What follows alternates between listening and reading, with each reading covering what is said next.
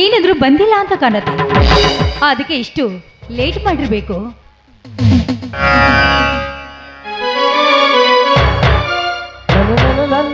ಸಿಂಧೂರ, ಯಾಕಪ್ಪ ಏನಾಯ್ತು? ಹಾಗೇಕೆ ಮುಖ ಸಪ್ಪಗು ಮಾಡಿಕೊಂಡು ನೀನ್ ಬಂದಿರ್ವೆ? ಅವರ ತೋಟದ ಹೊಲದಲ್ಲಿ ಕಸ ಕಿತ್ತು ಎಸೆಯುವಾಗ ಕಣ್ಣಲ್ಲಿ ಸ್ವಲ್ಪ ಹೊಲಸು ಬಿದ್ದಿತಮ್ಮ.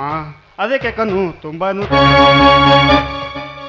ಸಿಂಧೂರ, ನಿನಗೆ ಎಷ್ಟು ಸಲ ಹೇಳಬೇಕು, ತೋಟದಲ್ಲಿ ಕೆಲಸ ಮಾಡುವಾಗ ಮೈ ತುಂಬಾ ಕಣ್ಣಾಗಿರ್ಬೇಕು ಅಂತ. ಅವರ ತುತ್ತು ಒಡೆದಿನ ಚೀಲ ತುಂಬಿಕೊಳ್ಳಲು ಬಂದ ಈ ಬಡವನ ಮೇಲೆ ಎಷ್ಟೊಂದು ಪ್ರೀತಿ ವಾತ್ಸಲ್ಯ ತಾಯಿ. ಸಿಂಧೂರ, ನಿನ್ನನ್ನು ಎಂದು ಈ ನಮ್ಮ ಮನೆಯ ಆಳಿನ ರೂಪದಲ್ಲಿ ನಾನು ಕಂಡಿಲ್ಲಪ್ಪ. ನಾನು ಕಂಡಿಲ್ಲ. ನಿನ್ನನ್ನು ನನ್ನ ಹೊಟ್ಟೆಯಲ್ಲಿ ಜನಿಸಿದ ಮಗನಿಗಿಂತ ಹೆಚ್ಚಾಗಿ ನಾನು ಕಾಣ್ತಾ ಇದ್ದೀನಿ ಸಿಂಧೂರ, ನಾನು ಕಾಣ್ತಾ ಇದ್ದೀನಿ. ಇನ್ನೊಂದು ಸಾರಿ ಆ ನಿನ್ನ ಬಾಯಿಂದ ಈ ಮನೆ ಆಳ ಅಂತ ಹೇಳಿದ್ರೆ ನಿನಗೆ ನನ್ನ ಆನೆ ಆಗಿದೆಯಪ್ಪ, ನಿನಗೆ ನನ್ನ ಆನೆ ಆಗಿದೆ. ಇನ್ನೊಮ್ಮೆ ನುಡಿಯದಿರು ತಾಯಿ, ಬಾಯಿ ತಪ್ಪಿ ಮಾತನಾಡಿದೆ. ನನ್ನ ಉಸಿರಿನವರೆಗೂ ಈ ದೇಶಗತಿ ಮಣಿತನದ ಸೇವೆ ಮಾಡುತ್ತಾ ನಿಮ್ಮ ಮಡಿಲಿನಲ್ಲಿ ಪುಟ್ಟ ಕಂಡನಕ್ಕೆ ಆಟ ಹೊಡುತ್ತಾಯಿ ತಾಯಿ. ಇರ್ಲಿ ಬಾರು ಸಿಂಧೂರ, ನಿನ್ನ ಕಣ್ಣಿಗೆ ಬಿದ್ದಿರುವ ಆ ಕಸವನ್ನು ನನ್ನ ಸೀರೆ ಸೆರಗಿನಿಂದ ನಾನು ಸ್ವಚ್ಛ ಮಾಡ್ತೀನಿ. ಬಾರಪ್ಪ. ಒಳಗೆ ಹೋಗಿ ನಾನೇ ತಾಟಿನಲ್ಲಿ ಒಂದು ಚೆಂಬ ನೀರು ಹಾಕಿಕೊಂಡು ಸ್ವಚ್ಛ ಮಾಡಿಕೊಳ್ತೇನೆ ತಾಯಿ, ಸ್ವಚ್ಛ ಮಾಡಿ. ಅದಕ್ಕೆ ಹೇಳೋದು ನಿನಗೆ ದಡ್ಡ ಅಂತ. ಎಷ್ಟೇ ಆದ್ರೂ ನಾನಿನ ಹೆತ್ತ ತಾಯಿ ಅಲ್ವಲ್ಲ. ಹಾಗಲ್ಲ ತಾಯಿ, ಹಾಗಲ್ಲ. ಹಾಗಾದ್ರೆ ಬಾರಪ್ಪ, ಆ ಕಸವನ್ನು ನಾನೇ ಸೀರೆ ಸೆರಗಿನಿಂದ ಸ್ವಚ್ಛಗೊಳಿಸುವೆ. ಬಾರೋ. ಅವರ ನಿಮ್ಮ ಸೀರೆ ಸೆರಗಿನ ತೆಗೆಯಬಾರಮ್ಮ.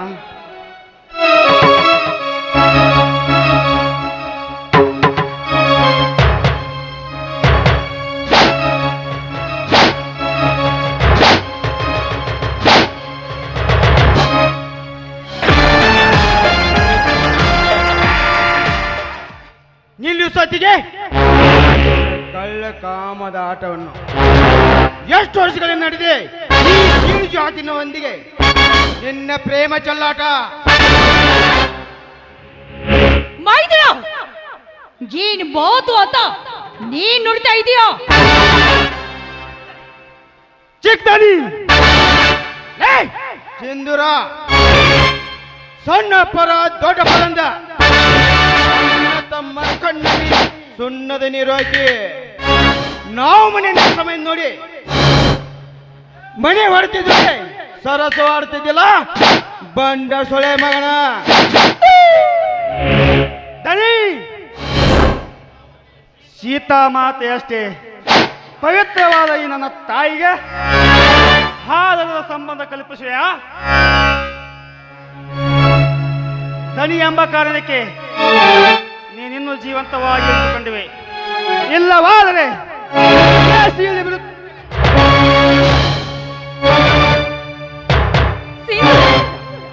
ನೀನು ತಪ್ಪು ಮಾಡ್ತಾ ಇದೀಯ ಸಿಂಧೂರ, ನೀನು ತುಂಬಾ ದೊಡ್ಡ ತಪ್ಪನ್ನೇ ಮಾಡ್ತಾ ಇದೀಯ. ವಾರೇ ವಾ,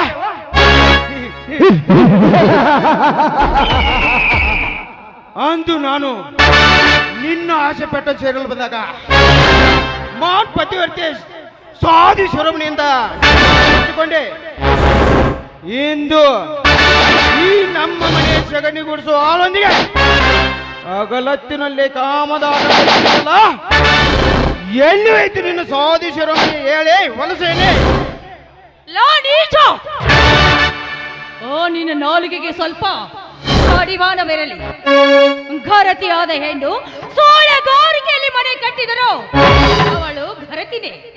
ಹಾಗೆ ಬಂಗಾರನ ತಿಪ್ಪೆಯಲ್ಲಿ ಮಿಚ್ಚಿದ್ರು ಕೂಡ ಅದು ತನ್ನ ಬಣ್ಣವನ್ನು ಯಾವತ್ತೂ ಕಳೆದುಕೊಳ್ಳೋದಿಲ್ಲ. ಹಾಗೆ ನಾನು ಕೂಡ ಗರತಿ ಅನ್ನುವ ಶಬ್ದವನ್ನು ಯಾವತ್ತೂ ದೂರ ಮಾಡಿಕೊಳ್ಳೋದು. ಸಾಕು, ನಿಲ್ಲಿಸು ನಿನ್ನ ಪ್ರೇಮ ಚೆಲ್ಲಾಟವನ್ನು. ಲೇ ಸಿಂಧೂರ, ನಾವು ಮನೆಯಲ್ಲಿ ಇದ್ದ ಸಮಯ ನೋಡಿ ಹತ್ತು ಪುಂಗಿ ಊದುತ್ತಿದ್ದಿಲ್ಲ ಕೋಳಿ ಮಗನ. ಕಣ್ಣು ಹಾಕಿದ ಮನೆಗೆ ಕಣ್ಣು ಹಾಕ್ತಿದ್ದಿಲ್ಲ.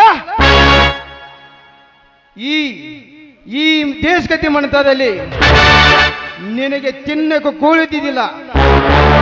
ನಮ್ಮಣ್ಣ ನಿನ್ನನ್ನು ತುತ್ತು ಅನ್ನ ಮಾಡಿ ಹುಲಿಯಂತೆ ಬೆಳೆಸಿದ. ಅನ್ನ ಹಾಕಿದ ಮನೆಗೆ ಕಣ್ಣು ಹಾಕುವ ತಾಯಿಗಂಡ.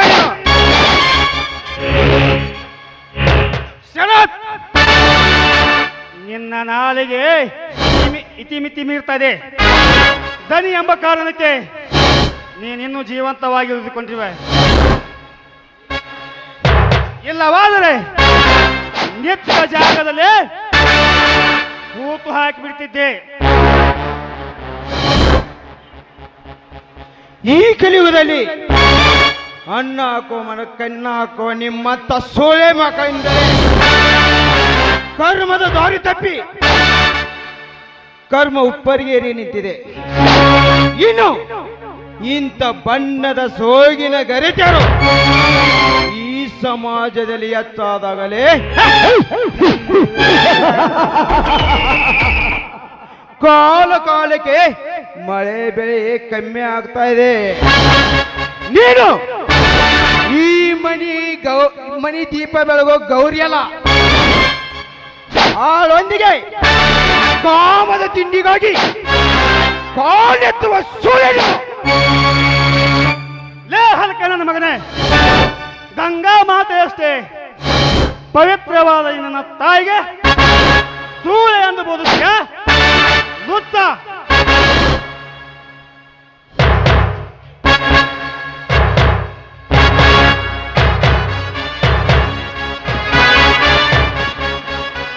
ಏ ಸಿಂಧೂರ, ಏನ್ ಮಾಡ್ತಾ ಇದೀಯೋ? ಬಣ್ಣ ಬಾ, ಇವತ್ತಿನ ಇವರಿಬ್ಬರು ಕೆಟ್ಟ ದೃಶ್ಯ ನೋಡಿ ನನಗೆ ಹೇಳಲು ಅಸಹ್ಯಾಗಿದೆ ಅಣ್ಣ. ಶರತ್, ಇಲ್ಲಿ ತನಕ ಈ ಅರಮನೆಯಲ್ಲಿ ಯಾವುದೇ ಹೇಸಿ ಕೃತ್ಯಗಳು ನಡೆದಿಲ್ಲ. ಅದೇಗೆ ಹೇಳ್ತಾ ಇದೀಯಾ?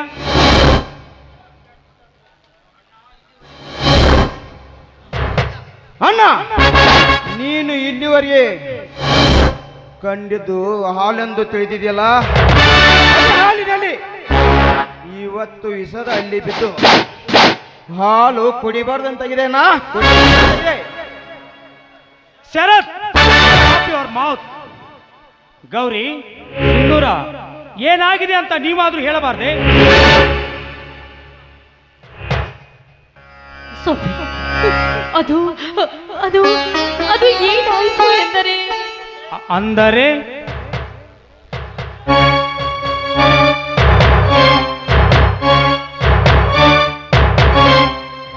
ಅಪ್ಪಾರ, ತೋಟದ ಹೊಲದಲ್ಲಿ ಕಸ ಕಿತ್ತು ಎಸೆಯುವಾಗ ಸ್ವಲ್ಪ ಹೊಲಸು ಬಿದ್ದಿತ್ತು ದನಿ. ಕಣ್ಣಲ್ಲಿ ಹೊಲಸು ಬಿದ್ದರೆ?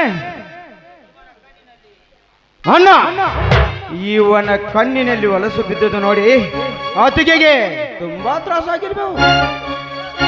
ಶರತ್, ಅತ್ತಿಗೆ ಎಂದರೆ ನಿನ್ನ ಹೆತ್ತ ತಾಯಿಯ ಸಮ. ಸರಿಯಾದ ರೀತಿಯಲ್ಲಿ ಮಾತನಾಡು.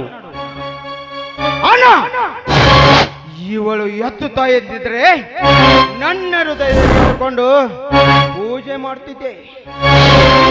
ಹಿಂದಿನ ಕಷ್ಟ ದೃಶ್ಯ ನೋಡಿ ಇವಳು ಈ ಮನೆ ಬೆಳಗುವ ಸೊಸೆ ಅಲ್ಲನ್ನ, ಆಳೊಂದಿಗೆ ಸರಸಾಡುವ ಸೂಳೆ.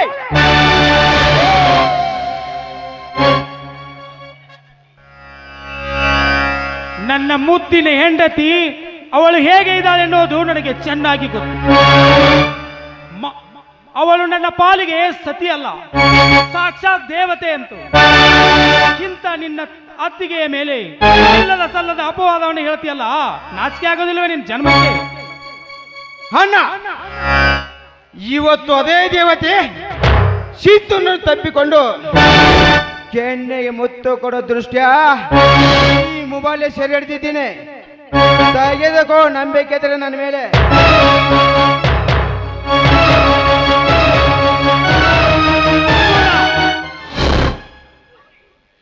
ಗೌರಿ, ನನ್ನ ನಾಲಿಗೆ ಸುಳ್ಳು ನುಡಿಯಬಹುದು, ನಿಮ್ಮ ನಾಲಿಗೆ ಸುಳ್ಳು ನುಡಿಯಬಹುದು.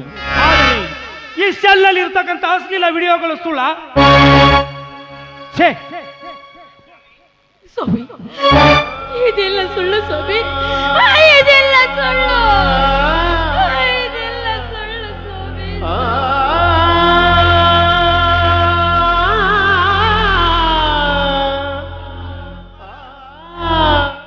ಅಪಾರ, ಈ ಚಿಕ್ಕತನದಿಂದ ಸೃಷ್ಟಿಸಿದ ನಾಟಕ ರೀ ಇದು, ನಾಟಕ.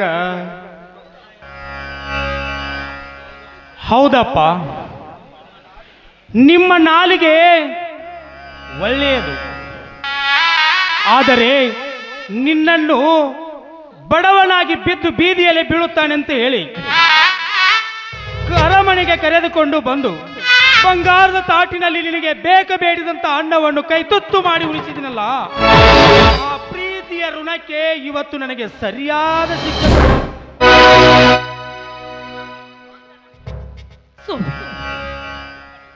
ನೋಡಿ, ಮಗನಂತಿರುವ ಸಿಂಧೂರ್ನ ಕಣ್ಣಲ್ಲಿ ಕಸ ಬಿದ್ದಿತು. ಆ ಕಸವನ್ನು ನನ್ನ ಸೀರೆ ಸೆರಗಿನಿಂದ ಸ್ವಚ್ಛಗೊಳಿಸಲು ಹೋದೆ. ಆದ್ರೆ ಕಣ್ಣಿನ ರೆಪ್ಪೆ ತೆರೆಯಲಿಲ್ಲ. ಅದಕ್ಕೆ ಸಿಂಧೂರ್ನ ಕಣ್ಣಿಗೆ ಬಾಯಿ ಹಚ್ಚಿ ಕೂದಿತು. ಸತ್ಯ ಸ್ವಾಮಿ, ಸತ್ಯ. ಗೌರಿ, ಆದರೆ ಆದರೆ ಎಂಬ ಮಾತುಗಳನ್ನು ಆಡುತ್ತಾ ಸಮಾಜದ ಕಣ್ಣಿಗೆ ಅವನೊಬ್ಬ ಮನೆಯ ಮಗ. ಮನೆಯಲ್ಲಿ ಯಾರು ಇಲ್ಲದಾಗ ಅದೇ ಮಗನ ಜೊತೆ ನಿನ್ನ ಕಾಮದ ಆಟ. ಈ ಕಾಮದ ಆಟ ನಿನ್ನ ಒಂದು ನಿಮಿಷದ ತೀಟೆಗೆ ಒಂದೆಲ್ಲ ಅನಾಹುತ ಮಾಡಿ ಈ ದೇಶಗತೆ ಮನೆತನದ ಮಾನ ಮರ್ಯಾದೆಯನ್ನು ಸಮಸ್ಯೆಯಲ್ಲಿ ಕಟ್ಟು ಹಾಕಿದ ಹೆಸಿಯನ್ನು ಬೇರೆ ನನಗೆ ಮುಖ ತೋರಿಸಬೇಡ. ನೋಡಿ ಸ್ವಾಮಿ, ಈ ಸಮಾಜದಲ್ಲಿ ಹೇಮರೆಡ್ಡಿ ಮಲ್ಲಮ್ಮನಿಗೆ ಕೆಟ್ಟ ನುಡಿಗಳನ್ನೇ ಆಡಿದೆ ಈ ಸಮಾಜ. ಹಂತದಲ್ಲಿ ನೀವು ಮಾತಾಡೋದ್ರಲ್ಲಿ ಯಾವ ತಪ್ಪಿಲ್ಲ ಸ್ವಾಮಿ, ಯಾವ ತಪ್ಪಿಲ್ಲ. ಆದ್ರೆ ಈ ನನ್ನ ದೇಹದಲ್ಲಿರುವ ಹನಿ ರಕ್ತದಲ್ಲಿ ಯಾವ ಕಲ್ಮಶದ ಹೊಲಸು ತುಂಬಿಲ್ಲ ಸ್ವಾಮಿ, ಹೊಲಸು ತುಂಬಿಲ್ಲ. ಹಾಗೇನಾದ್ರೂ ಅದ ನಿಜ ಅನ್ಸಿದ್ರೆ ಈ ನನ್ನ ದೇಹವನ್ನೇ ನೀವೇ ಸುಟ್ಟು ಹಾಕಿ ಬಿಡಿ ಸ್ವಾಮಿ, ನೀವೇ ಸುಟ್ಟು ಹಾಕಿ. ನಿನ್ನ ಹೇಸಿ ದೇಹವನ್ನು ಸುಟ್ಟರೆ ಪಾಪ ಏನಾದ್ರೂ ಹೋಗುತ್ತದೆಯಾ? ಲೇ ಸಿಂಧೂರ, ನಿನ್ನನ್ನು ಮನೆಯ ಮಗನೆಂದು ಸಾಕಿ ಕೈ ತುತ್ತು ಮಾಡಿ ಉಣಿಸಿದಕ್ಕೆ ಸರಿಯಾದ ಶಿಕ್ಷೆಯನ್ನೇ ಕೊಟ್ಟೆ. ಇನ್ನು ಮೇಲೆ ಈ ಸಮಾಜದಲ್ಲಿ ಬದುಕು ಹಕ್ಕು ನಿಮಗೂ ಇಲ್ಲ. ಇನ್ನು ಮೇಲೆ ಈ ಅರಮನೆಯನ್ನು ಬಿಟ್ಟು ತೊಲಗಾಸೆ. ಅಪ್ಪಾರ, ಈ ನಿಮ್ಮ ಆದ ಮಗ ತಪ್ಪು ಮಾಡಿಲ್ಲ ಅಪ್ಪಾರ, ತಪ್ಪು ಮಾಡಿಲ್ಲ. ಮಾತು ಮಾತಿಗೆ ಅಪ್ಪರ ಎಂದರೆ ನಿನ್ನ ಹೊಲಸು ನಾಲಿಗೆಯಿಂದ ಆ ಹೆಸರನ್ನು ಕರೆಯಬೇಡ.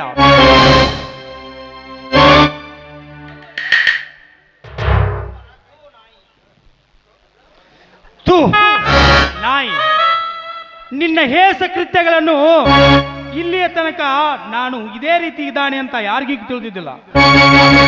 ನೀನೊಬ್ಬ ನಂಬಿಗಸ್ತ ವ್ಯಕ್ತಿ. ನಿನ್ನನ್ನು ಕಟ್ಟೆಯ ಮೇಲೆ ಕುಂದಿರಿಸಿ ತೊಟ್ಟು ರೊಟ್ಟಿಯನ್ನು ಹಾಕುವುದನ್ನು ಬಿಟ್ಟು ಅರಮನೆಯಲ್ಲಿ ಕರೆದುಕೊಂಡು ನನಗೆ ಎತ್ತಿ ಊಟ ಮಾಡಿಸಿನಲ್ಲ, ಅದರ ಸರಿಯಾದ ಪ್ರತಿಫಲ.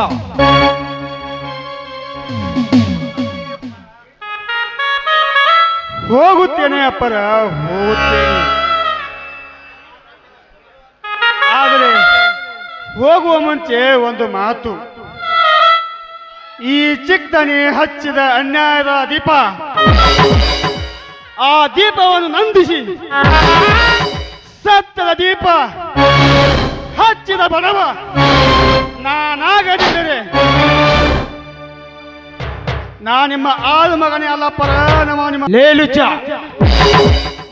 ನಮ್ಮ ಅಣ್ಣ ದೇವರಂತವನಿಗೆ ಕಲಿಯುವುದ ಧರ್ಮರಾಯಲಗುವಂತೆಯ ಮಗನ ನಮ್ಮನೆ ರೈತಳ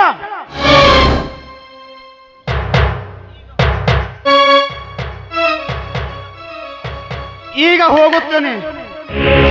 ಒಂದಲ್ಲ ಒಂದು ಸತ್ಯ ಗೊತ್ತಾದ ಮೇಲೆ ನೀನು ಎಲ್ಲೇ ಇರು, ಹೇಗೆ ಇರು, ನಿನ್ನನ್ನು ಹುಡುಕಿಕೊಂಡು ಬಂದು ನನ್ನ ಕೋಟಲೆಯಿಂದ ನಿನ್ನ ತುಂಡು ತುಂಡು ಮಾಡೇ ಬಿಡ್ತೇನೆ.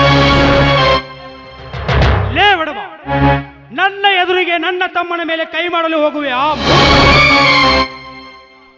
ಬದ್ಮಾಸ್, ಹೋಗು ಆಚೆ. ಅಪ್ಪರ ಅರಮನೆಯಲ್ಲಿ ಉಂಡ ಅನ್ನದ ಋಣ ನನ್ನ ಮೇಲೆ ಐತಿರಿ ಅಪ್ಪರ, ನನ್ನ ಮೇಲೆ ಐತಿ.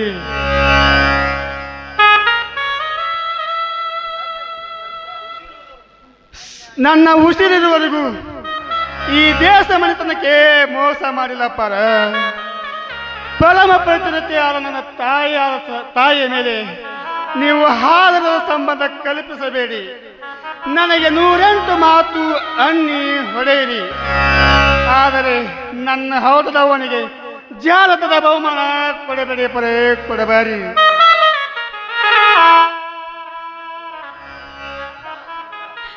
ಕಂದ ಸಿದ್ಧುರ, ನೀನು ಈ ಮನೆ ಬಿಟ್ಟು ಹೋಗ್ಬಿಡ ಕಂದ, ನೀನು ಈ ಮನೆ ಬಿಟ್ಟು ಹೋಗ್ಬಿಡ. ನೀನು ಈ ಮನೆ ಬಿಟ್ಟು ಹೋದ್ರೆ ಈ ಹಿಂದೆ ನಡೆದ ಕರಾಳದ ರಾತ್ರಿಯ ಕಥೆಯಾಗಿ ಉಳಿದು ಹೋಗುತ್ತೆ ಸಿದ್ಧುರ, ಕಥೆಯಾಗಿ ಉಳಿದು ಹೋಗುತ್ತೆ. ಅಣ್ಣ ನೋಡಿದ್ಯಾ ನಿನ್ನ ಹೆಂಡತಿಯ ಚಂದ್ರ ಮೇಲೆ ಇಟ್ಟ ಮಮಕಾರವನ್ನು?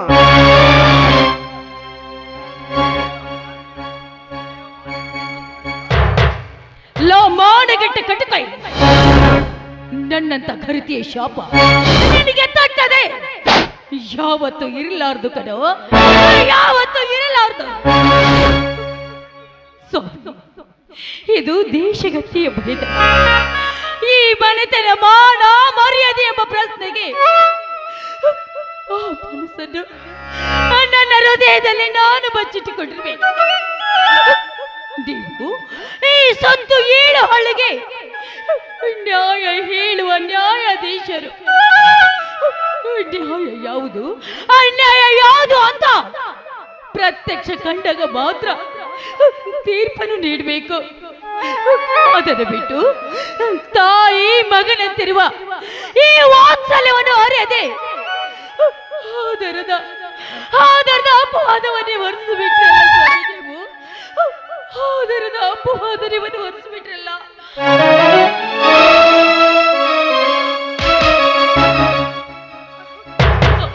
ಸ್ವಾಮಿ, ನೀವು ತಿಳಿದುಕೊಂಡಿದ್ರಲ್ಲ, ಈ ನಿಮ್ಮ ತಮ್ಮ, ಇವನು ನಿಮ್ಮ ಪಾಲಿನ ತಮ್ಮ ಅಲ್ಲ. ಇವನು ನಿಮ್ಮ ಪಾಲಿನ ತಮ್ಮ ಅಲ್ಲ. ನಿಮ್ಮ ಪಾಲಿಗೆ ಇವನು ಮಹಾಯಮನವಾಗಿ ನಿಂತಿದ್ದಾನೆ. ಇಂದಲ್ಲ ನಾಳೆ ಆದ್ರೂ ಸತ್ಯ ಏನು ಅಂತ ನಿಮಗೆ ಮನವರಿಕೆ ಆಗುತ್ತೆ ಸ್ವಾಮಿ, ಮನವರಿಕೆ ಆಗುತ್ತೆ. ಆದ್ರೆ ನಿಮ್ಮ ಗೌರಿ ಅಂತವಳಲ್ಲ ಅಂತ ಒಂದೇ ಒಂದು ಸಾರಿ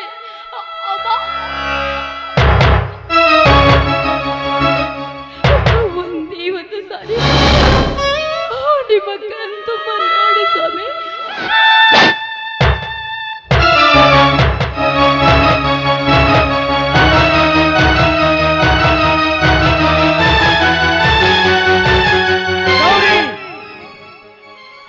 ಶಂತ ಅನಾಹುತ ಮಾಡಿದೆಯಪ್ಪ. ಊರ ಮಂದಿಯ ಮುಂದೆ ನನ್ನ ಹೆಂಡತಿ ಸತಿ ಸಕ್ಕುಬಾಯಿ ಅಂತ ಎದೆ ತಟ್ಟಿಕೊಂಡು ಹೇಳುತ್ತಿರುವಾಗ ಈ ವಿಧಿಯ ಬರೆದ ನಾಟಕದಲ್ಲಿ ಮಸನದ ಪಾಲಾಗಿ ಹೋದಳು ನನ್ನ ಸತಿ. ಇನ್ನು ಎಲ್ಲಿದೆ ಈ ಜೀವಕ್ಕೆ ನೆಮ್ಮದಿ? ಅಣ್ಣ ನಾ ಈಗ ಆಗಬಾರ್ದಾಗಿತ್ತು. ಶ್ರಾವಣ ಮಾಸ ಬಂದಾಗ ಆನಂದ ತಂದಾಗ ವಿರಹ ಗೀತೆ ಇಲ್ಲ ಮನೆಯ ಗೀತೆ ಬಾಳಿಲ್ಲ ಶ್ರಾವಣ ಮಾಸ ಬಂದಾಗ